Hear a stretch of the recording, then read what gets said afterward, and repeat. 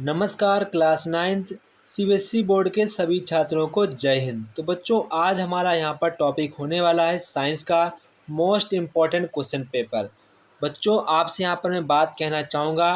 बच्चों मैं लगभग 10 से 12 क्वेश्चन पेपर साइंस के अपलोड करूँगा, जिनको बच्चों अगर आपने तैयार कर लिया तो बच्चों आपको अलग से प्रीवियस ईयर क्वेश्चन पेपर पढ़ने की आवश्यकता नहीं है, क्योंकि यहाँ पर आपको 10 से 12 सैम्पल पेपर यानी क्वेश्चन पेपर में आपके सारे के सारे प्रीवियस क्वेश्चन पेपर यहाँ पर कवर्ड हो जाएंगे।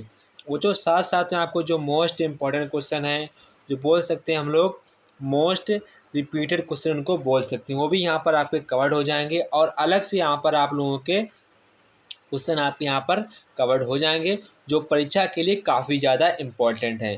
तो आप बच्चों सभी लोग अगर यहाँ पर 10 से 12 सैम्पल पेपर को यहाँ पर तैयार कर लेते हैं तो बच्चों मैं ये 100% की गारंटी लेकर कह सकता हूँ कि आप सभी छात्रों के यहाँ पर 78 प्लस मार्क्स होंगे साइंस में। आपके फाइनल एग्ज़ाम 2025 में, आपका जो फाइनल एग्ज़ाम होगा 2025 में, उसमें सभी छात्रों के क्लास 9th में साइंस में आप लोगों के 78 प्लस मार्क्स होंगे, अगर आप सभी ने मेरे 10 से 12 सैम्पल पेपर तैयार कर लिए तो बच्चों यहाँ पर आपका जो सीबीएसई का लेटेस्ट यहाँ पर पैटर्न जारी हुआ है, तो उसी के अकॉर्डिंग यहाँ पर मैंने क्वेश्चन पेपर को बनाया है। तो आप सभी लोग इस क्वेश्चन पेपर को अच्छे प्रकार से रिवाइज करना है, ताकि यहाँ पर आपका पेपर एक बेहतरीन लेवल में जा सके। तो बच्चों यहाँ पर क्लास 9th के यहाँ पर साइंस के हमारे एमसीक्यू स्टार्ट हो चुके हैं। तो बच्चों यहाँ पर जो आपका पहला क्वेश्चन कह रहा है, which of the following is the correct setup of up to determine the melting point of ice. तो यहाँ पर कह रहा है बर्फ, जो यहाँ पर क्वेश्चन कह रहा है बर्फ का गलनांक निर्धारित करने के लिए निम्न में से कौन सा यहाँ पर आपका जो यहाँ पर वे है वो आपका सही है। तो बच्चों यहाँ पर कौन सा फंडामेंटल आपका सही है जिससे यहाँ पर मेल्टिंग ऑफ आइस की जा सकती है। तो बच्चों यहाँ पर आप देखेंगे सेट, जो हमारा सेट यहाँ पर सेकंड वाला है, वो यहाँ पर बच्चों मेल्टिंग ऑफ आइस का सबसे बेस्ट यहाँ पर वे है, इसी के अकॉर्डिंग हम लोग आइस को मेल्ट करते हैं। तो बच्चों यहाँ पर हमारा ऑप्शन नंबर बी वाला करेक्ट आंसर हो जाएगा। इसके बाद बच्चों यहाँ पर आपका क्वेश्चन नंबर 2 है। तो क्वेश्चन नंबर 2 यहाँ पर कह रहा है कि इनगल्फिंग ऑफ फूड मटेरियल्स और foreign bodies by cells like amoeba is called. बच्चों यहाँ पर क्वेश्चन का मतलब है अमीबा जैसी कोशिकाओं द्वारा खाद्य पदार्थों या विदेशी निकायों को निगलना कहलाता है। मतलब कि जो अमीबा होता है वो किसी भी फूड मटेरियल को निगलता है अपने आप में, तो उस प्रोसेस को हम लोग किस नाम से जानते हैं वो यहाँ पर पूछ रहा है। तो उसको बच्चों हम लोग कहते हैं एंडोसाइसिस। क्या कहते हैं? एंडोसाइटोसिस। क्या कहते हैं? एंडोसाइटोसिस कहते हैं। इसके बाद यहाँ पर आपका क्वेश्चन नंबर 3 कह रहा है which of the following gives both direction and magnitude. तो यहाँ पर बच्चों कह रहा है निम्न में से आपकी ऐसी कौन सी यहाँ पर यूनिट होती है जिसमें आपकी डायरेक्शन और मैग्नीट्यूड दोनों होते हैं। तो बच्चों किसमें होते हैं? वेक्टर में। बच्चों वेक्टर में डायरेक्शन भी होता है और बच्चों मैग्नीट्यूड भी होता है। तो बच्चों यहाँ पर आपका ऑप्शन नंबर डी वाला आपका करेक्ट आंसर हो जाएगा। आप इसको ध्यान रखिएगा, ये क्वेश्चन काफ़ी ज़्यादा इम्पॉर्टेंट भी है और आपके एग्ज़ाम में भी ये आ चुका है। ठीक है बच्चों। इसके बच्चों यहाँ पर क्वेश्चन नंबर नेक्स्ट है। क्वेश्चन नंबर नेक्स्ट यहाँ पर 5।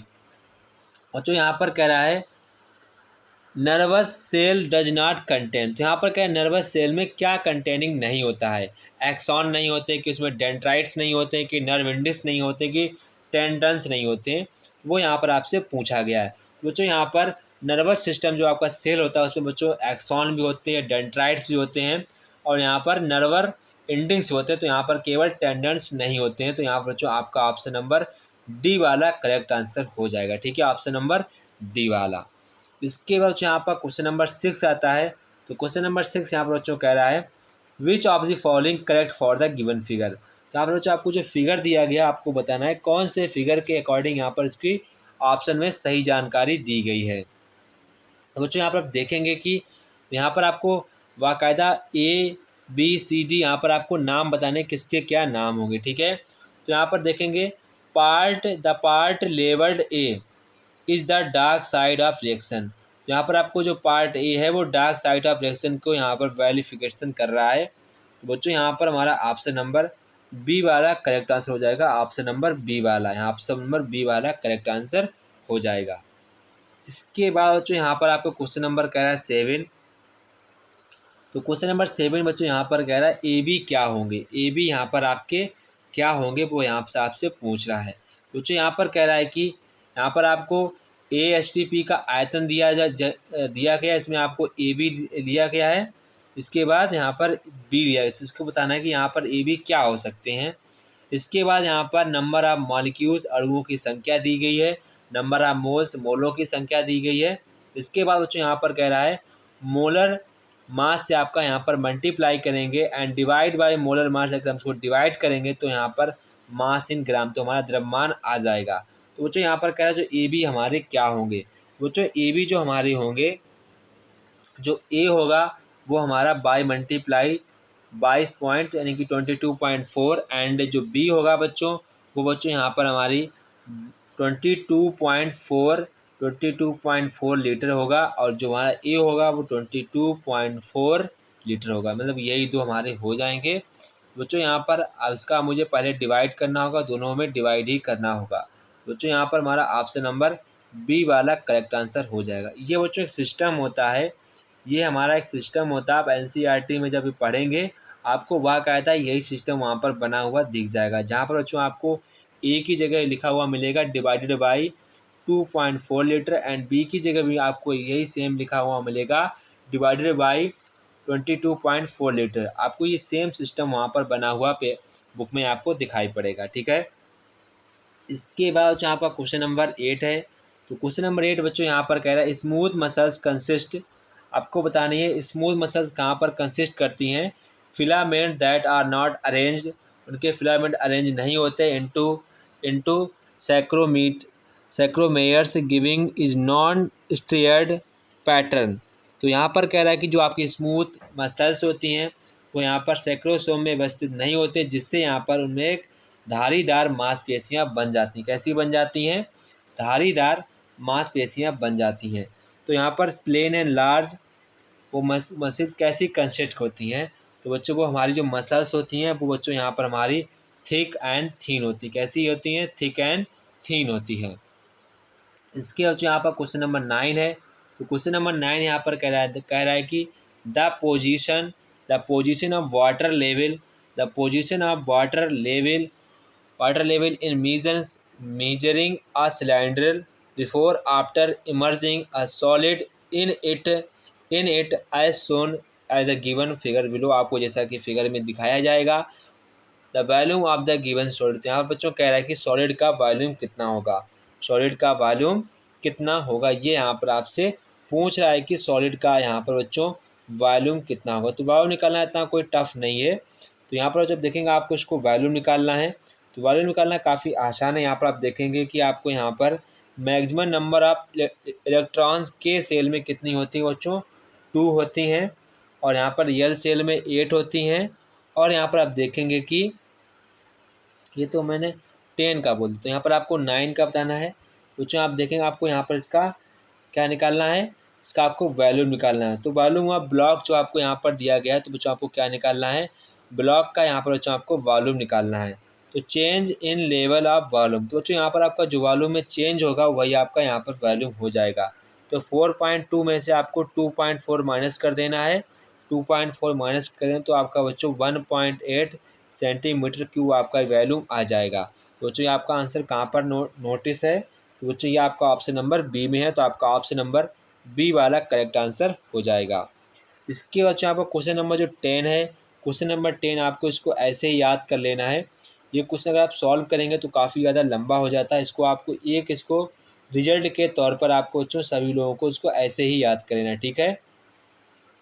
वैसे इसको मैं सॉल्व कर सकता हूँ, मैंने सॉल्व किया भी है बच्चों। अगर आप इसको सॉल्व करना देखना चाहते हैं तो आप इस नंबर पर बच्चों आप लोग पूछ सकते हैं, मैं आपको यहाँ पर बता दूंगा कि कैसे आपको ये सॉल्व करना पड़ेगा। आपको मैं इस नंबर पर आपको इसका स्क्रीनशॉट भेजना होगा, मैं प्रॉपरली आपको यहाँ पर इसको बता दूंगा कि आपको कैसे इसको सॉल्व करना है, ठीक है।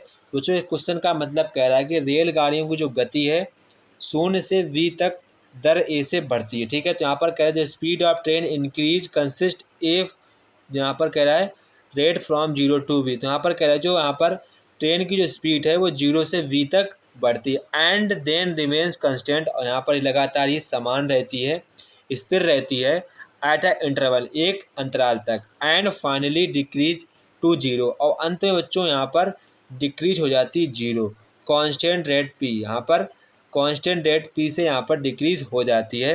If L B total distance, यहाँ पर कह रहा है कि अगर ट्रेन ने पूरी डिस्टेंस यहाँ पर यल कवर्ड की है, तो यहाँ पर कह रहा है देन टोटल टाइम टेकन, तो बच्चों टाइम पूरा कितना लिया होगा ये आपसे यहाँ पर पूछ रहा है। बच्चों यहाँ पर आप देखेंगे, आप इसको एक रिजल्ट के तौर पे सभी लोग याद कर लेंगे। अगर आप इसका सलूशन चाहते हैं तो मैंने नंबर बता दिया है, वहाँ पर आप इसको पूछ सकते हैं। तो यहाँ पर बच्चों आपका ऑप्शन नंबर बी वाला करेक्ट आंसर हो जाएगा। इसके बच्चों यहाँ पर क्वेश्चन कह रहा है कि KLMN में कुल कितने इलेक्ट्रॉन होते हैं, वो यहाँ पर आपको बताना। तो बच्चों यहाँ पर K में 2 होते हैं, L में 8 होते हैं, M में कितने, तो 18 होते हैं, इसमें 32 होते हैं। तो यहाँ पर आपको इसको सम कर देना, आपका आंसर आ जाएगा। तो आप इसको सम करेंगे बच्चों तो आपका यहाँ पर आंसर 60 आ जाएगा। कितना आ जाएगा, 60 आपका आंसर यहाँ पर निकल के आ जाएगा। तो यहाँ पर ऑप्शन नंबर सी वाला करेक्ट आंसर हो जाएगा। इसके बच्चों यहाँ पर क्वेश्चन नंबर 12 कह रहा है to prepare amount of human cheek cell the sample is collected from. तो यहाँ पर कह रहा है सैंपल कहाँ से कलेक्ट करेंगे, मतलब गाल कोशिका जो माउंट तैयार करने में नमूना कहाँ से एकत्र किया जाता है। इसके मतलब है कि अगर mount of human cheek cell आपको प्रिपेयर करना है तो आप सैंपल पेपर को कहाँ से लाएंगे। साफ क्वेश्चन का मतलब ये है। तो आप सैंपल पेपर कहाँ से लाएंगे, inner cell of cheek with toothpick. तो यहाँ पर ऑप्शन नंबर बी वाला हमारा करेक्ट आंसर हो जाएगा। इसके बच्चों यहाँ पर क्वेश्चन नंबर नेक्स्ट कह रहा है plasmolysis in a plant cell is defined as. यहाँ पर बच्चों कह रहा है कि प्लाज्मो जो कोशिका में जो प्लाज्मोलिसिया होता है उसको हम किस प्रकार से बच्चों परिभाषित कर सकते हैं, इज डिफाइंड एज, उसको हम किस प्रकार से बच्चों डिफाइन कर सकते हैं। तो बच्चों उसको हम लोग डिफाइन कर सकते हैं shrinkage of cytoplasm in hypertonic medium. बच्चों इस प्रकार से हम लोग उसको डिफाइन कर सकते हैं, ऑप्शन नंबर बी। इसके बच्चों यहाँ पर कह रहा है a change is said to be physical change when. इसके कहने का मतलब है किसी परिवर्तन को भौतिक परिवर्तन कब कहा जा सकता है, मतलब कोई आपका चेंज हो रहा है तो उसको हम लोग यहाँ पर फिजिकल चेंज कब कह सकते हैं कि वो हमारा जो चेंज है वो हमारा फिजिकल चेंज ही है। तो बच्चों यहाँ पर सभी जानते हैं कि नो एनर्जी गेंस अकर, उसमें कोई भी एनर्जी घटित ना हो, कोई भी ऊर्जा उसमें, कोई भी वहाँ पर ऊर्जा परिवर्तन ना हो, मतलब कि कोई भी एनर्जी उसमें ना लॉस हो ना प्रॉफिट हो। इसके बाद यहाँ पर कह रहा था change can be easily result, यहाँ पर का जो परिवर्तन है वो दोबारा से हम उसको दोबारा से पा सकते हैं। जैसे कि यहाँ पर हमने पानी को गर्म किया तो पानी को फिर से हम ठंडा कर सकते हैं, मतलब कि रिवर्स यहाँ पर हम इसको हम कर सकते हैं। तो यहाँ पर ये भी बिल्कुल सही कह रहा है, ये भी सही कह रहा है। एंड कह रहा है no few substance are form, और उसमें कोई भी फाइनली जो सब्सटेंस है नहीं बनता है, ये भी बिल्कुल सही कह रहा है। तो बच्चों यहाँ पर जो हमारे सभी ऑप्शन करेक्ट हो जाएंगे। तो यहाँ बच्चों हमारा ऑप्शन नंबर बी वाला जो करेक्ट आंसर हो जाएगा, ठीक है। इसके बाद बच्चों यहाँ पर क्वेश्चन 15 है, काफ़ी ज़्यादा इंपॉर्टेंट क्वेश्चन है, इसको आपको बच्चों ढीला नहीं है, ठीक है। सिलेक्ट द करेक्ट स्टेटमेंट, बच्चों यहाँ पर आपको स्टेटमेंट बताना है जो कौन से करेक्ट स्टेटमेंट है, ठीक है।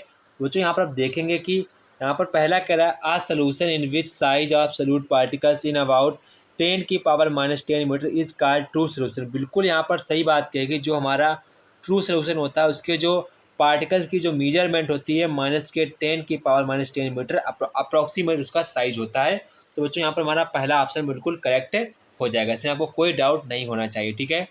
इसके बाद यहाँ पर कह रहा है कि a solution which contains maximum possible amount of solute at many given temperature is called a saturated solution. तो यहाँ पर ये भी बिल्कुल सही है। यहाँ का जो आपका विलियन है उसमें जो maximum possible amount of solute जो होगा वो गिवन आपके टेम्परेचर पर यहाँ पर निर्भर करता है, वो यहाँ पर सैचुरेटेड सोल्यूशन कहलाता है। तो यहाँ पर हमारा ऑप्शन नंबर सेकंड वाला भी सही है, फर्स्ट वाला भी सही है। इसके बाद यहाँ पर कह रहा है in suspension the particles the size of particles of order 10⁻⁻7 is longer larger, ये भी सही कह रहा है। A colloid is a heterogeneous system, यहाँ पर जो कोलॉइड होता है वो हमारा विषमांगी मिश्रण होता है। ये भी बिल्कुल सही है। तो बच्चों यहाँ पर हमारे सभी के सभी यहाँ पर हमारे ऑप्शन सही थे। तो इसके रिगार्डिंग बच्चों यहाँ पर हमारा ऑप्शन नंबर ए वाला करेक्ट आंसर हो जाएगा। ठीक है। इसके बाद जो आप क्वेश्चन नंबर 16 देखेंगे, तो क्वेश्चन नंबर 16 बच्चों यहाँ पर कह रहा है enrichment of water bodies with nutrients leading इसका मैं देख रहा हूँ, nutrients leading to excessive growth of phytoplankton is known as.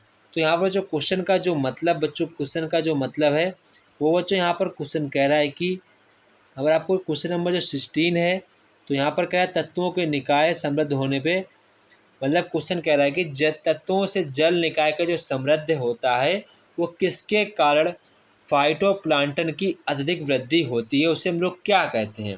मतलब उसमें जो हमारी फाइटोप्लांटन की जो हमारी एक्सेसिव ग्रोथ होती है, वो जो हमारे न्यूट्रंस लगते हैं वो उसको हम लोग क्या कहते हैं बच्चों, उसको हम लोग क्या कहते हैं, उसको बच्चों हम लोग कहते हैं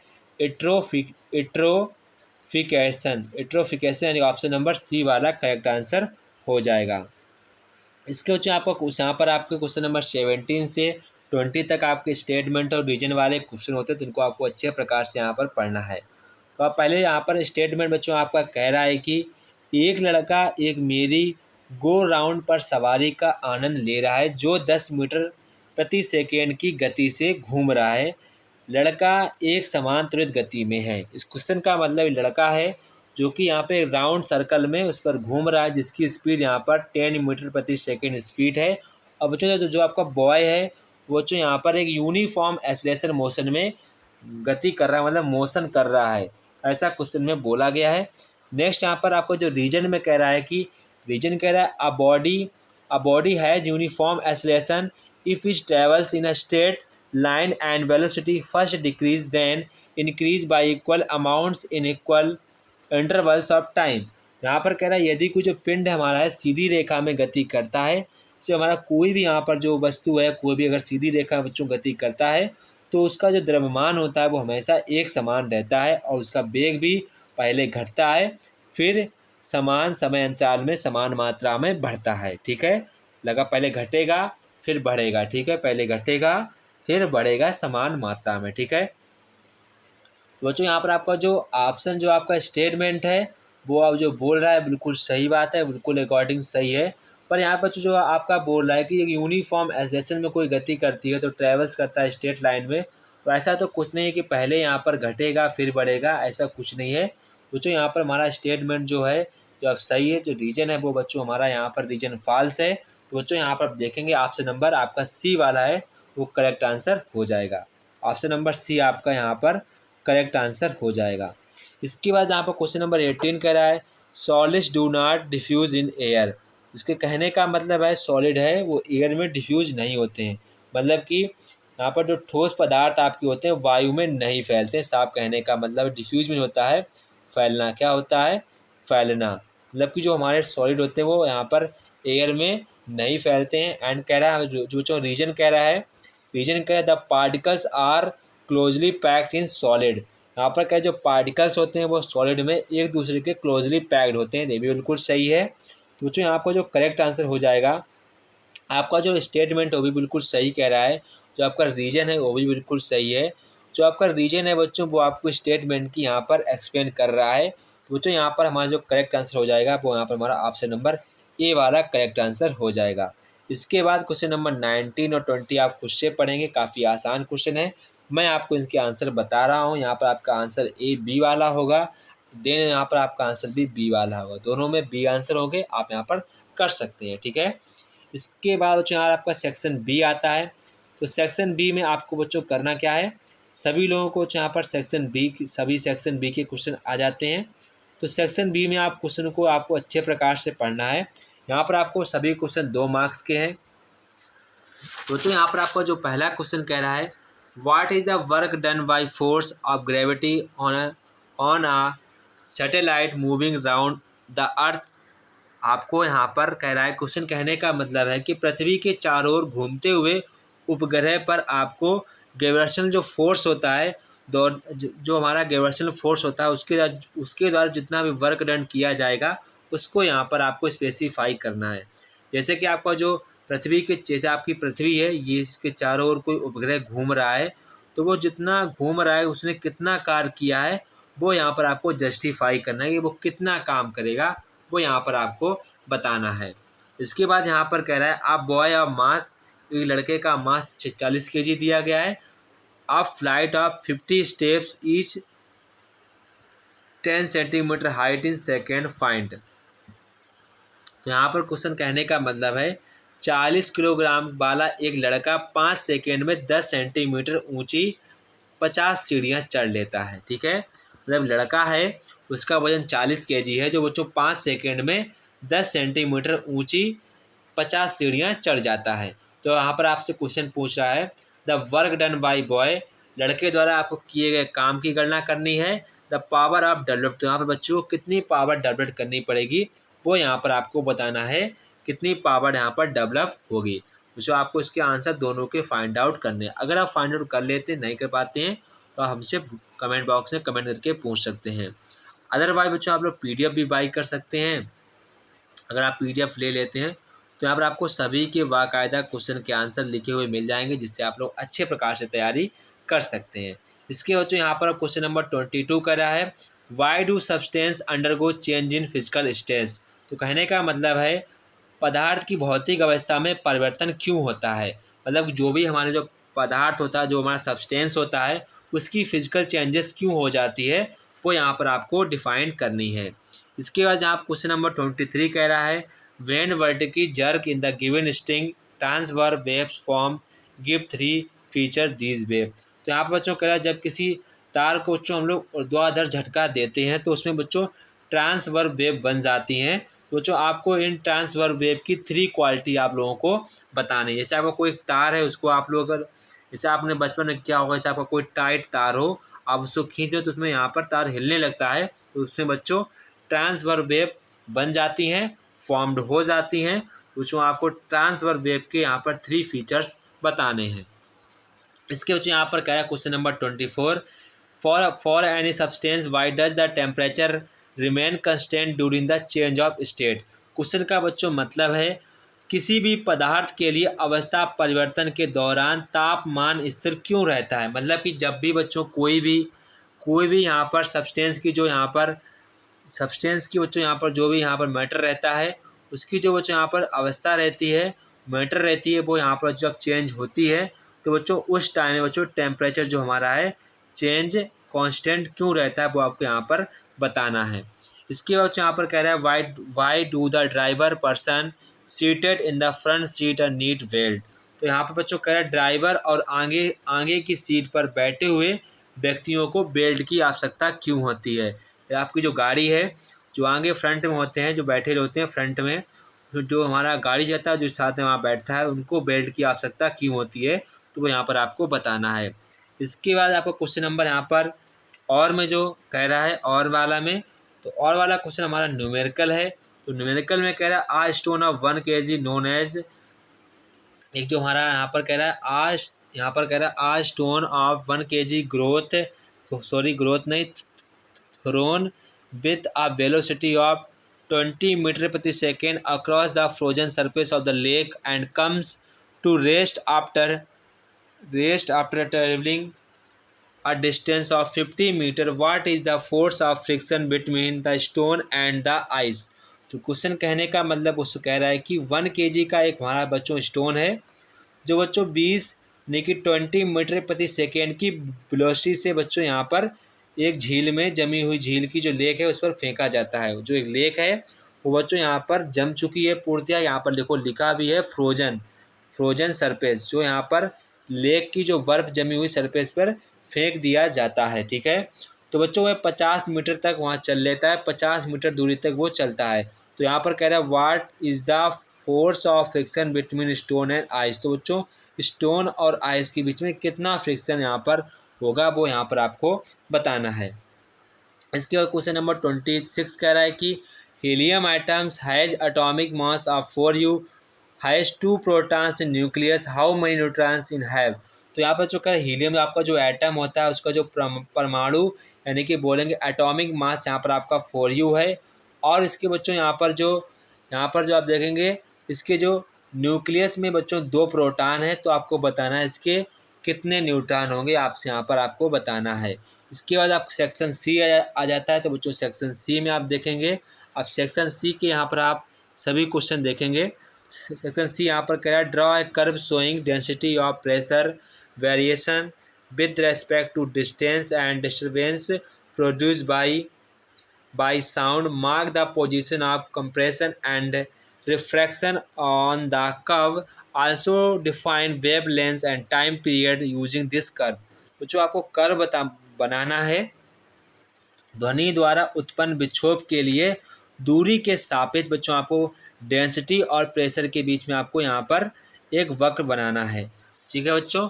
इसके बाद नेक्स्ट क्वेश्चन आपको कह रहा है कि composition the nuclei two atomic species X and Y are given under. यहाँ पर आपको एक्स और वाई यहाँ पर अंडर में दिए गए हैं।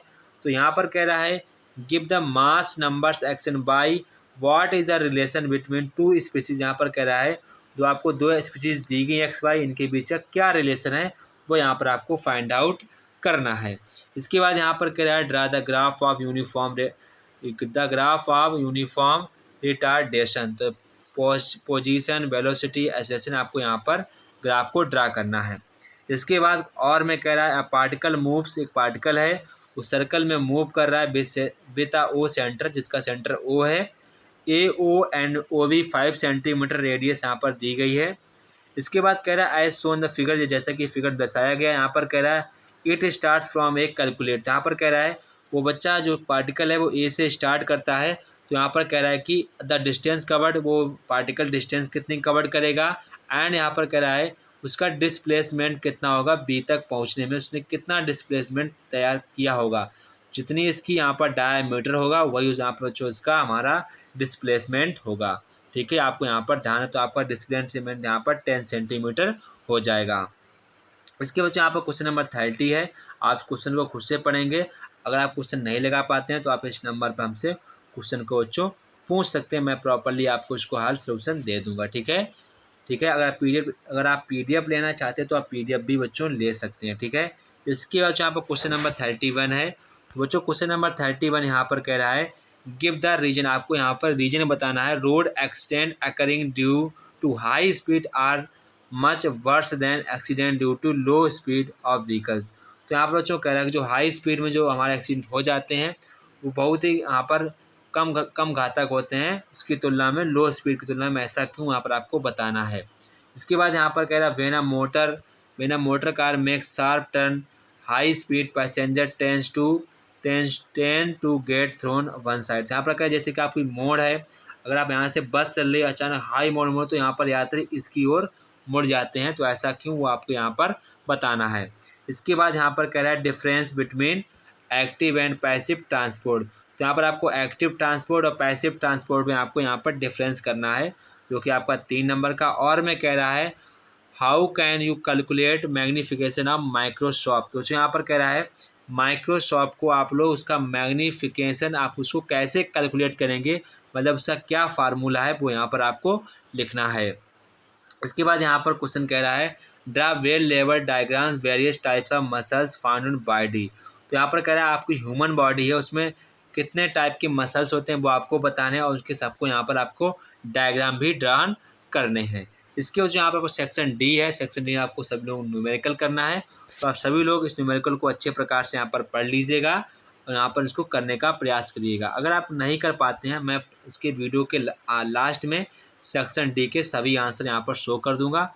तो प्रॉपरली आप सभी लोग क्वेश्चन को पढ़ते जाइएगा। सेक्शन डी लास्ट हमारा होता है। सेक्शन डी के आप सभी क्वेश्चन यहाँ पर पढ़ लीजिए। सब सभी आसान क्वेश्चन है, इतने कोई टफ क्वेश्चन नहीं है, आप इनको कर सकते हैं। सेक्शन ई देख लीजिएगा। सेक्शन ई तो यहाँ पर आपके पैसेज बेस्ड यहाँ पर क्वेश्चन होते हैं। कैसे होते हैं पैसेज बेस्ड क्वेश्चन, तो आप सभी लोग इनको कर सकते हैं, इतने कोई टफ नहीं है कि आप लोग इनको ना कर पाएँ। ठीक है, अब आपको पैसेज दिया जाएगा और आपको यहाँ पर आपको क्वेश्चन करने होते हैं। तो बच्चों यहाँ पर मैं सेक्शन डी के प्रॉपरली सभी क्वेश्चन के आंसर आपको दिखा दे रहा हूँ ताकि हमारे बच्चे न्यूमेरिकल वगैरह में ना अटकें। ठीक है, तो बच्चों आप लोग सेक्शन डी के प्रॉपरली सभी के यहाँ पर क्वेश्चन के सलूशन देख सकते हैं। यहाँ पर आपको किसी प्रकार का डाउट नहीं बचेगा अगर आपने वीडियो को पॉज कर लिया और स्क्रीनशॉट ले लीजिएगा ताकि आप यहाँ पर क्वेश्चन को अच्छे प्रकार से समझ सकें। यहाँ पर बच्चों आपको प्रॉपरली मैंने सभी का यहाँ पर हल करके रखा है, ताकि मैं सभी बच्चों को प्रॉपरली समझा सकूँ। ठीक है, आप सभी लोग इसको अच्छे प्रकार से तैयार कर लेना है, ताकि यहाँ पर आपके एग्ज़ाम में अच्छी बेहतरीन लेवल की तैयारी हो जाए। ठीक है, सेकेंड का आपको यहाँ पर आंसर मैंने प्रॉपरली लिख दिया, आप देख सकते हैं। इसके बाद और वाला दिया गया, और वाला आप यहाँ पर समझ सकते हैं। यहाँ पर फर्स्ट सेकेंड यहाँ पर आप सभी के यहाँ पर दिए गए हैं। इसके बाद 35 का देख सकते हैं, मैंने प्रॉपरली लिख दिया है। इसके बाद और वाला भी आप देख लेंगे, और वाला भी मैंने लिख दिया है। सारा मैंने टेबल ही बनाई है, ताकि बच्चों को किसी भी प्रकार की दिक्कत ना हो। हमारे बच्चों को सभी अच्छे प्रकार के पेपर जाएं। अगर बच्चों आप लोग अच्छे प्रकार से मेहनत करिएगा, आपका ये फाइनल एग्ज़ाम है 2025। इसके बाद आप लोग क्लास 10th में आ जाएंगे, वहाँ पर आप लोग अच्छे प्रकार तैयारी से जुट जाइएगा। ठीक है, अभी आपका 9th का फाइनल एग्ज़ाम है, तो आप सभी लोग इस तैयारी में लगे होंगे। तो आप सभी लोग अच्छे प्रकार से इन क्वेश्चनों को तैयार कर लीजिएगा, ताकि आपको यहाँ पर बार बार कोई भी प्रॉब्लम ना हो, आपको आंसर ढूंढने में कोई भी दिक्कत ना हो। इसलिए मैंने यहाँ पर सभी क्वेश्चन के आंसर लिख दिए हैं। तो बच्चों जय हिंद। फिर बच्चों मैं मिलता हूँ अपने नेक्स्ट वीडियो में। अगर बच्चों आपको किसी दूसरे पर यहाँ पर किसी सब्जेक्ट पर यहाँ पर बच्चों सैम्पल पेपर चाहिए, तो आप लोग मुझे कमेंट बॉक्स में कमेंट करके बता सकते हैं कि आपको किस सब्जेक्ट पर सैम्पल पेपर चाहिए, तो मैं बना दूंगा। तो जय हिंद बच्चों, फिर मिलते हैं अपने नेक्स्ट वीडियो में। तब तक के सभी बच्चों को जय हिंद।